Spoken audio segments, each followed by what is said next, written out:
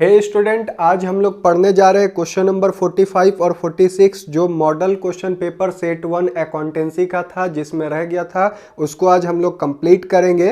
तो दोस्तों, अगर आपने अभी तक हमारे चैनल द कॉमर्स वर्ल्ड को सब्सक्राइब नहीं किया है तो प्लीज़ सब्सक्राइब कीजिए और बेल आइकन पर क्लिक कर लीजिएगा। जो भी वीडियो मैं डालूँ उसका नोटिफिकेशन आप तक सबसे पहले पहुँच सके, और अपने दोस्तों में शेयर कर दीजिए, इसका लाभ उन तक भी पहुँच जाए। और दोस्तों देखते हैं क्वेश्चन नंबर 45। तो दोस्तों ये इशू ऑफ शेयर से ये क्वेश्चन है। क्वेश्चन आपके स्क्रीन के सामने नजर आ रहा होगा, आप देखिए। उसमें लिखा गया है Ashish limited issue 10,000 equity share of ₹100 each payable at 25 rupees on application, 25 rupees on allotment, 25 rupees on first call and balance 25 rupees on final call. All the share were fully subscribed and paid, exempt of a shareholder having 100 share who could not pay for the final call. Give general entries to record this transaction. दोस्तों यहाँ एक simple सा question है जहाँ पर बताया गया है कि आशीष लिमिटेड जो 10,000 शेयर अपने कंपनी का 100 रुपया वाला जनता के पास बेचा है, इशू किया है, जिसमें आपका एप्लीकेशन का 25 रुपया है, अलॉटमेंट का 25 रुपया है, फर्स्ट कॉल का 25 रुपया है और फाइनल कॉल का भी 25 रुपया है। जिसमें एक शेयर होल्डर जो 100 शेयर लिया था वो कॉल इन एरियर कर देता है, फाइनल कॉल का पैसा नहीं देता है, कॉल इन एरियर कर देता है। तो उसी को हम फॉर्मेट एक खींचे हैं यहाँ पर। सबसे पहले लिखे एप्लीकेशन 25, अलॉटमेंट 25, फर्स्ट कॉल 25 और फाइनल कॉल 25। यहाँ लिखे शेयर कैपिटल, यहाँ लिखे कॉल इन एरियर और यहाँ लिखे बैंक, क्योंकि क्वेश्चन पढ़ने के बाद आपको पता चल जाएगा कि कॉल इन एरियर है या नहीं है। दोस्तों यहाँ पर कॉल इन एरियर भी मैंने एक कॉलम बना दिया, उसके बाद बैंक बना दिए और ऊपर में लिख दिए कि 10,000 share at the rate 100 rupees each at par, मतलब 100 का शेयर को 100 ही में बेचना है आपको। तो दोस्तों यहाँ पर बताया गया कि एक शेयर होल्डर जो कि 100 शेयर के लिए आवेदन दिया था वो सारा पैसा दिया, लेकिन फाइनल कॉल 25 रुपया करके वो नहीं दे पाया, तो 100 शेयर का 25 रुपया करके 2500 रुपया वो नहीं देगा। तो इतना करने के बाद आपको यहाँ पर सबसे पहले क्या निकालना है, शेयर कैपिटल, और इधर आपको लिखना है बैंक। तो सबसे पहले क्या करना है कि इस 10,000 शेयर जो कि इशू किया गया है जनता के पास और वो ले लिया है, तो 10,000 से सभी को मल्टीप्लाई करके यहाँ लिख देना है। तो 10,000 गुने 25 तो 2.5 लाख का, फिर यहाँ पर भी 2.5 लाख और यहाँ पर भी 2.5 लाख और यहाँ पर भी आपको 2.5 लाख लिखना है। दोस्तों यहाँ पर कोई भी तरह का कॉल इन एरियर नहीं है, इसलिए एप्लीकेशन का पूरा पैसा मिला 2.5 लाख। उसके बाद यहाँ पर भी कोई कॉल इन एरियर नहीं है, पूरा 2.5 लाख मिला। यहाँ पर भी कॉल इन एरियर नहीं है, पूरा 2.5 लाख मिला। दोस्तों फाइनल कॉल में जब 2.5 लाख मांगे तो उसमें से 100 शेयर 25 रुपया करके 2500 डुबा दिया, मतलब कि 2,47,500 रुपया रिसीव हुआ जो बैलेंस है। दोस्तों एप्लीकेशन के समय कॉल इन एरियर का तो सवाल ही नहीं उठता है, क्योंकि लेने से पहले आपको एप्लीकेशन विथ जो एप्लीकेशन फ़ी होता है वो जमा करना पड़ता है, तब जाके कंपनी आपका अलॉट करता है। पहले अलॉट नहीं करता है, बल्कि आपको एप्लीकेशन देना होता है और एप्लीकेशन मनी के साथ में देना होता है। तो दोस्तों यहाँ पर सबसे पहला जो एप्लीकेशन है उसमें पहले पैसा आता है, जब उसको अलॉटमेंट करने का बारी आता है तब उसका पैसा को क्या बनाया जाता है, शेयर कैपिटल। लेकिन जब उसका अलॉट हो जाता है तो जितना शेयर कैपिटल बनाया जाता है उतना पैसा डिमांड किया जाता है। देखिए मांगा, फिर मांगा, लेकिन 2500 नहीं मिला, कितना मिला, 2,47,500, क्योंकि 100 शेयर 25 रुपये करके डुबा दिया। तो हर एक एप्लीकेशन का कितना जनरल एंट्री होगा, 2 जनरल एंट्री होगा। अलॉटमेंट का भी 2 जनरल एंट्री होगा, फर्स्ट कॉल का भी 2 जनरल एंट्री होगा, फाइनल कॉल का भी आपका 2 जनरल एंट्री होगा। 2 जनरल एंट्री का मतलब 4 बार में पैसा का पूरा डिमांड है, तो यहाँ पर 8 जनरल एंट्री में आपका ये कंप्लीट हो जाएगा। तो सबसे पहला तो बात करें कि एप्लीकेशन का, तो यहाँ पर सबसे पहले पैसा आता है, तब हम इसको क्या बनाते हैं, कैपिटल बनाते हैं। लेकिन जब अलॉट हो जाता है तो पहले कैपिटल बनाते हैं, मतलब कि पैसा का डिमांड करते हैं, तब अगला लाके पैसा को देता है। तो यही वाला जो जनरल एंट्री आप अलॉटमेंट में जो कीजिएगा, वही वाला एंट्री सारा टाइम आगे बढ़ते चला जाता है। तो कैपिटल, पहले कैपिटल बनाना है, तब बैंक में ट्रांसफ़र करना होता है। तो ये जनरल एंट्री बहुत इजी होता है, मैं समझा के चल रहा हूँ, पढ़ाया नहीं हूँ। पिछले क्लास में आपको फोरफीचर के बारे बताया हूँ, लेकिन इसको स्टार्टिंग से नहीं पढ़ा है, इसलिए इतना समझा रहे हैं। दोस्तों सबसे पहला जनरल एंट्री पैसा मिलने का, किसका पैसा मिलने का? एप्लीकेशन का। तो यहाँ पहला नंबर का जो जनरल एंट्री होगा वहाँ होगा बैंक अकाउंट डेबिट टू किसका पैसा मिला? तो शेयर का। तो कौन सा शेयर है आप पहले देख लीजिए, इक्विटी शेयर है कि प्रेफरेंशियल शेयर है, या केवल आपका वहाँ पर लिखा गया है शेयर। तो दोस्तों यहाँ पर केवल लिखा गया है इक्विटी शेयर, तो यहाँ पर आपको लिखना है इक्विटी शेयर एप्लीकेशन अकाउंट, ठीक है। और सेकंड जो जनरल एंट्री होता है वो बस इसको क्या करना है, फिर से डेबिट करना है कि इक्विटी शेयर एप्लीकेशन का पैसा को आपको क्या बनाना है? कैपिटल बनाना है। तो आपको क्या लिखना होगा? Equity share capital account. पैसा आया और आपने उसे क्या बनाया? कैपिटल बनाया। कितना? तो 2.5 लाख कैपिटल के सामने आपको लिखना है। तो यहाँ पर देख लीजिए बैंक के सामने कितना है, तो बैंक के सामने 2.5 लाख लिखे, तो यहाँ पर भी आपको 2.5 लाख लिखना होगा, और इसी 2.5 लाख को यहाँ लिखना होगा, और इस 2.5 लाख का ही हम लोग का कैपिटल बन रहा है, आप यहाँ देख सकते हैं। तो एक जनरल एंट्री मतलब एप्लीकेशन का कंप्लीट हो गया। उसके बाद आपका शेयर को क्या कर दिया? आप अलॉट कर दिए। तो अब क्या होगा कि पहले कैपिटल तब पैसा आपको मिलेगा। तो डिमांड करते हैं किसका पैसा का? अलॉटमेंट का।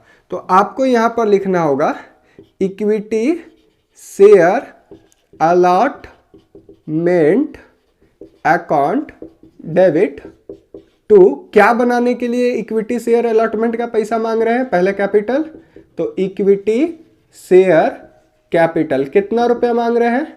तो यहाँ पर भी आप कितना मांग रहे हैं? 2.5 लाख रुपया मांगे, और मांगने के बाद कोई भी एरियर नहीं है, पूरा का पूरा 2.5 लाख मिल गया। तो अब पैसा मिलने का चौथा एंट्री आपको करना पड़ेगा।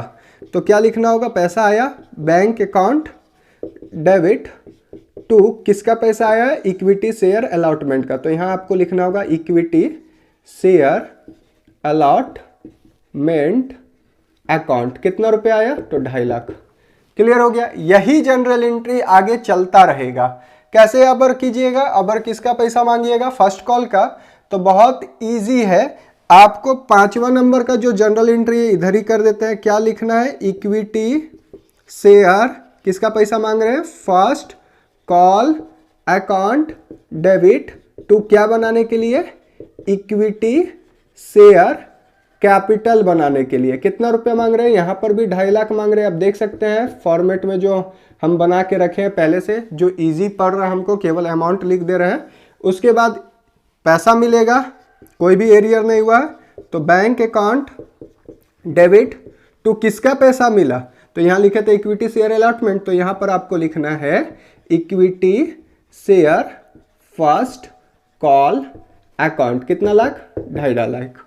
हो गया दोस्तों। कहाँ तक आपका जनरल एंट्री हो गया? एप्लीकेशन का हो गया, अलॉटमेंट का हो गया, और ये 5 और 6 फर्स्ट कॉल का हो गया। अब आपको फाइनल कॉल का मतलब कि 7वां नंबर का जनरल एंट्री करना। तो मांगेंगे तो पूरा 2.5 लाख, मिलेगा कि नहीं मिलेगा वो बात का बात है। तो इसी तरह कीजिए, इक्विटी शेयर अलॉटमेंट जहां लिखे हैं वहां पर आपको क्या लिखना होगा? Equity share final call account debit to, क्या बनाने के लिए? इक्विटी शेयर कैपिटल बनाने के लिए। कितना लाख रुपया मांग रहे हैं?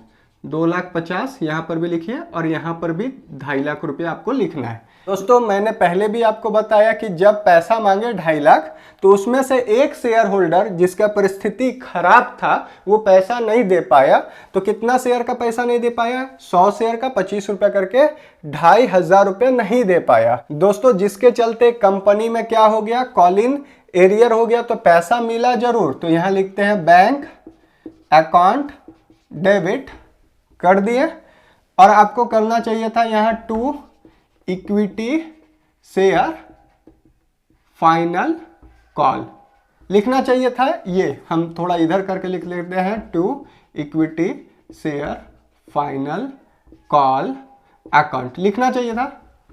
लेकिन यहां पर जब मांगे 2.5 लाख तो मिला कितना, 2,47,500, तो बचा 2500। वो क्या हुआ दोस्तों, यहां पर आप देख सकते हैं फाइनल कॉल, तो फाइनल कॉल का अमाउंट कितना है, 2.5 लाख, तो यहां पर 2.5 लाख ही आपको लेके आना होगा।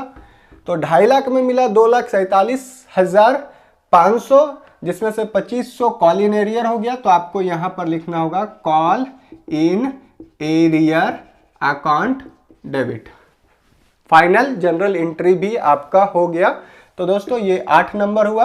तो यही जनरल एंट्री है। सबसे पहले आपने पैसा लिया, किसका पैसा लिया, एप्लीकेशन का। एप्लीकेशन का पैसा को क्या किया, कैपिटल बनाया।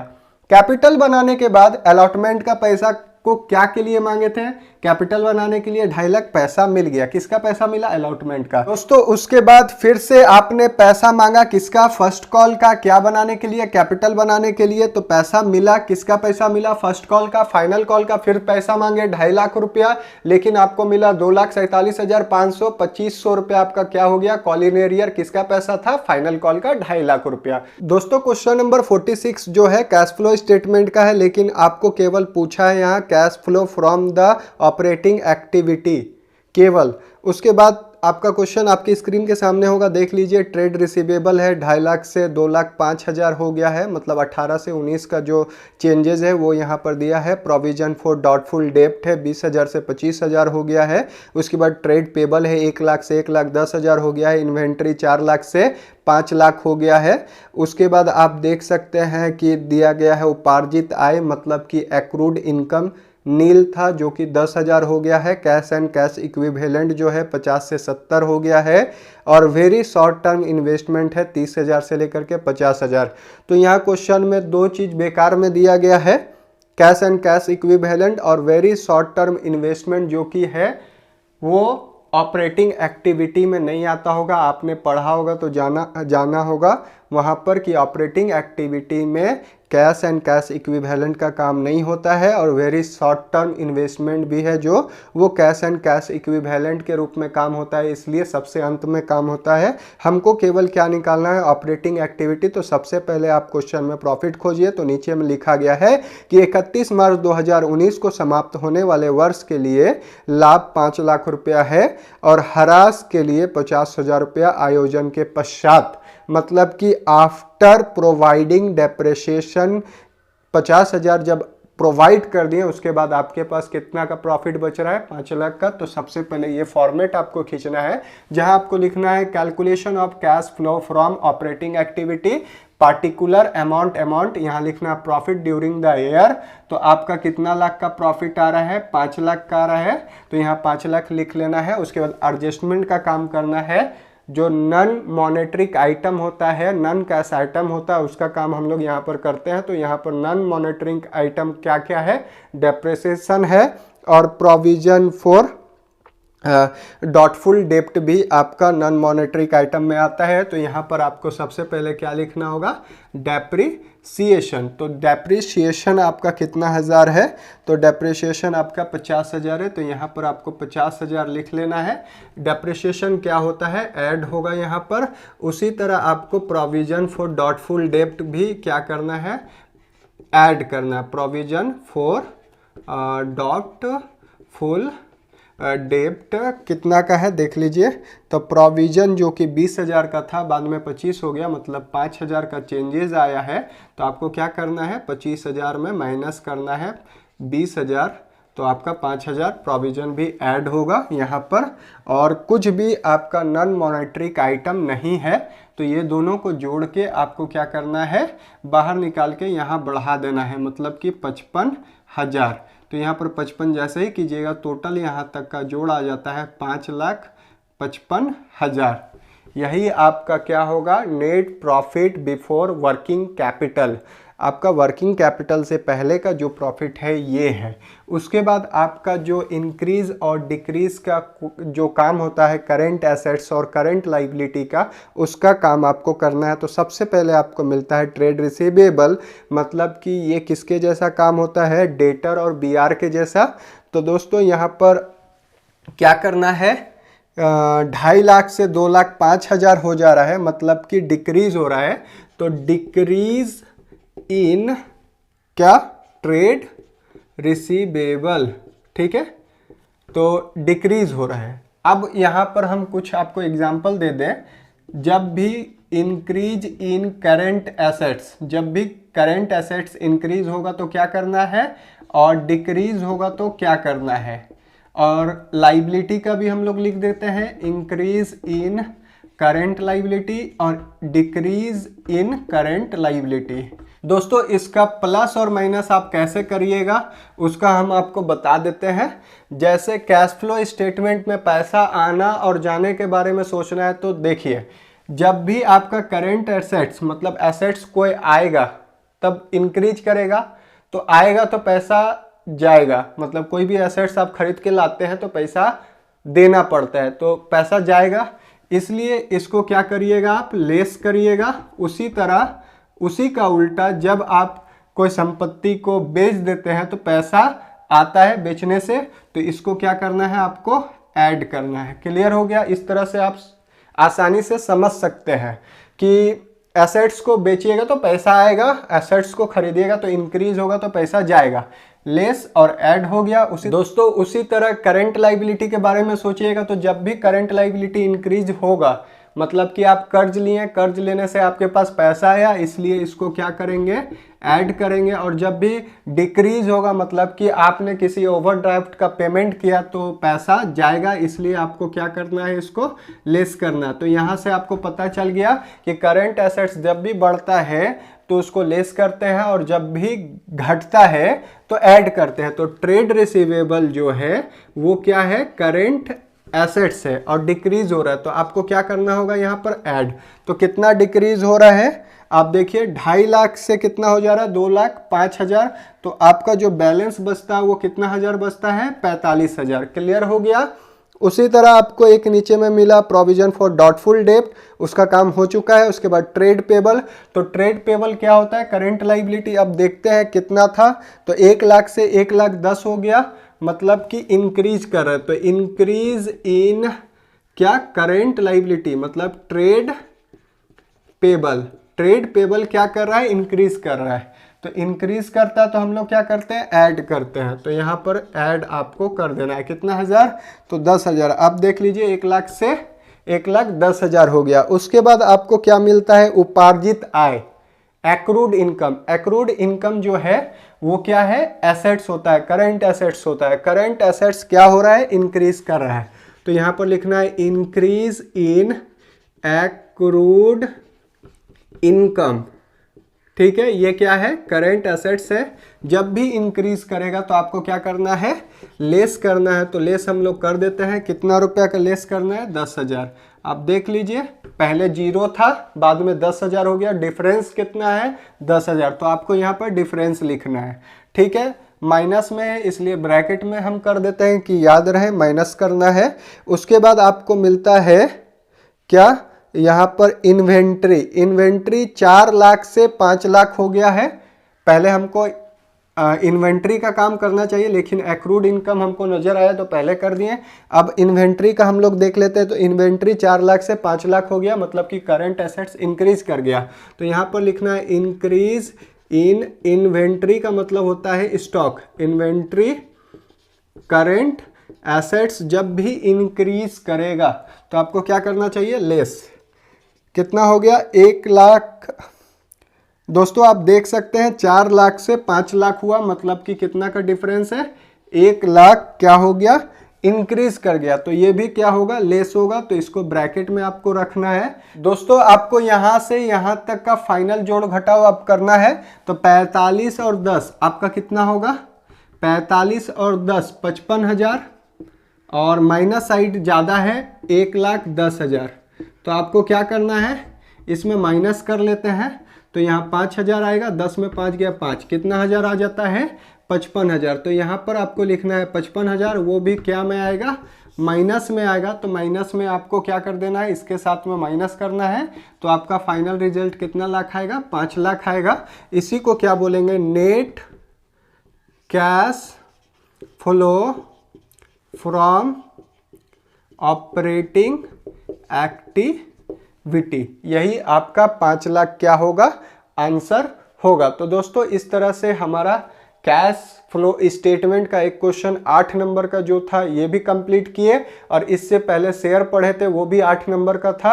अब हमारा सेट 1 कंप्लीट हो गया। अब हम लोग बुक से कुछ क्वेश्चन निकालेंगे और उससे भी पढ़ेंगे। तो दोस्तों अगर सब्सक्राइब नहीं किए तो प्लीज़ सब्सक्राइब कीजिए और बेल आइकन पर जरूर क्लिक कर लीजिएगा, आगे का जो भी नोटिफिकेशन आए उसका अपडेट आप तक मिल सके इसलिए। तो दोस्तों मिलते हैं नेक्स्ट वीडियो में नए क्वेश्चन के साथ, तब तक के लिए टेक केयर।